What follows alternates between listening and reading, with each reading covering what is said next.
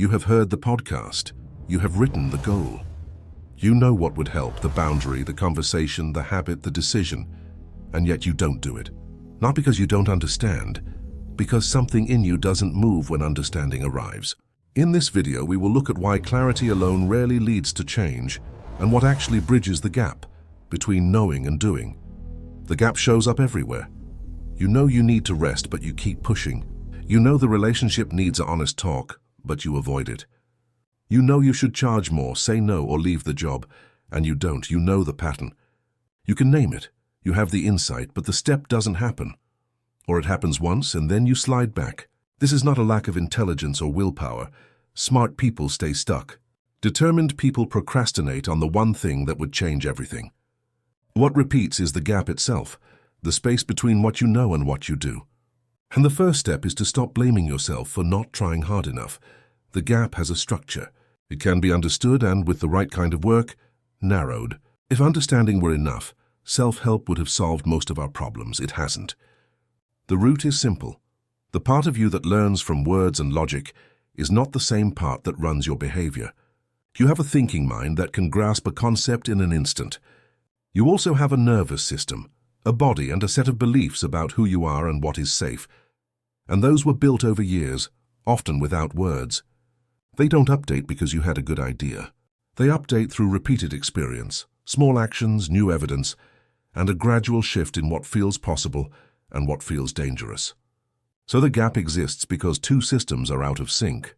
The mind says, I should do this. The system that actually moves you says, last time this felt risky. Last time I wasn't enough. Last time visibility brought rejection. That system is not stupid, it is protective. It was built to keep you safe in an old context.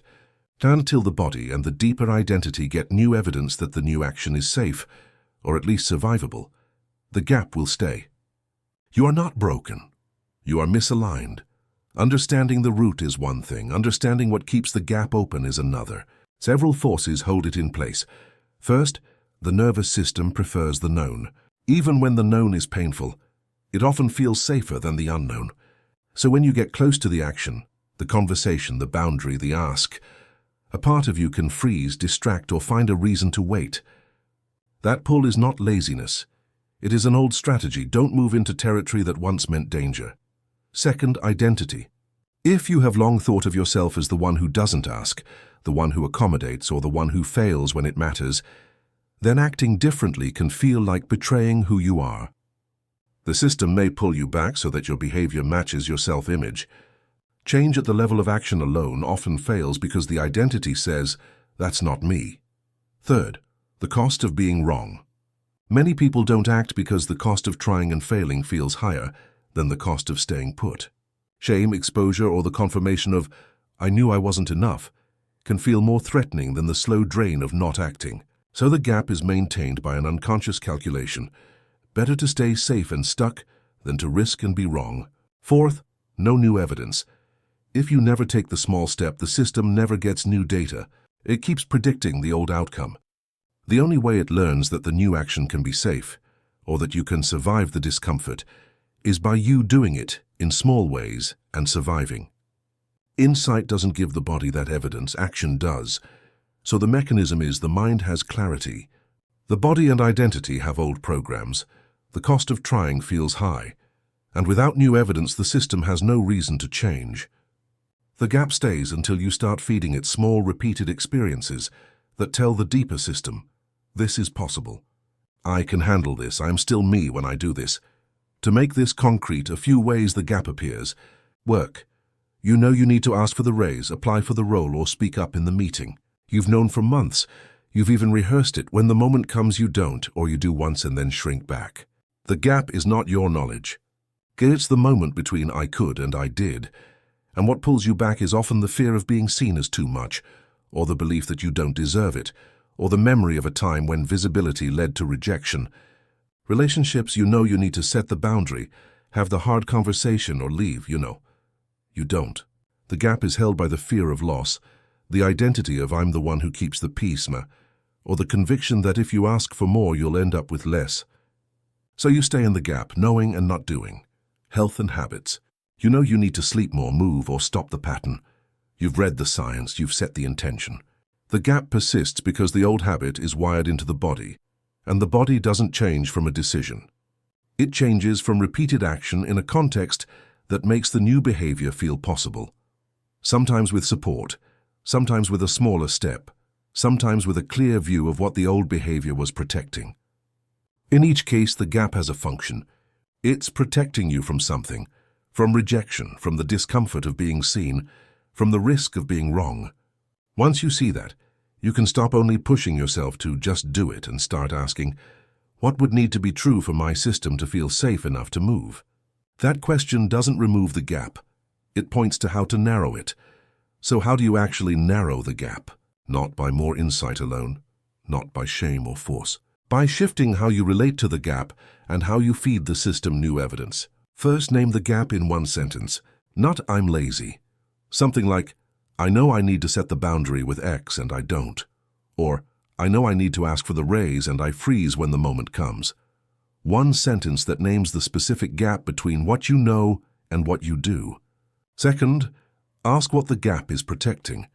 When you imagine taking the action, what do you fear? Rejection, being seen as too much, confirming that you're not enough, losing the relationship or the job. The gap often exists because the system is trying to avoid something. Naming that doesn't mean you stay stuck. It means you can address the fear or the belief instead of only pushing for the action. Third, shrink the step. The gap feels huge when the only option you see is the big one. The full conversation, the full ask, the full change. What's the smallest version of the action that would still count as new evidence? One sentence, one email. 1 minute of the habit. Small steps don't trigger the system as hard. They still send data. I did something, I survived, maybe I can do a bit more. Fourth, separate identity from outcome. You're not trying to become a different person in one move. You're trying to take one action and see what happens. If it goes badly, you're still you. If it goes well, you're still you. The goal is to let the system learn that the action is survivable, not that you have to be perfect or that the outcome has to be perfect. Fifth, repeat. One step doesn't rewire the system. Repeated small steps do. Every time you take the micro action and survive, or even take it and feel the discomfort without collapsing, you give the nervous system and the identity new evidence. The gap narrows when the deeper system starts to believe that movement is possible. One exercise. Write down, the gap for me is I know time bound and I don't bound. Then write, when I imagine doing it, I fear or believe bound. Then choose one tiny step you could take in the next 48 hours that would be new evidence. Not the whole thing. Just one small move. You're not closing the gap in one day. You're teaching your system that the gap can get smaller. You will keep knowing things before you do them. That's human. The gap is not a sign that you're broken. It's a sign that the part of you that learns from words is ahead of the part that learns from experience. The only way to bring them closer is to give the second part something new to learn from. Small actions repeated in the direction of what you already know. The gap narrows when you stop waiting for the feeling of readiness and start taking the smallest step that still counts. Not once, again and again. Thank you for being here. I will see you in the next video.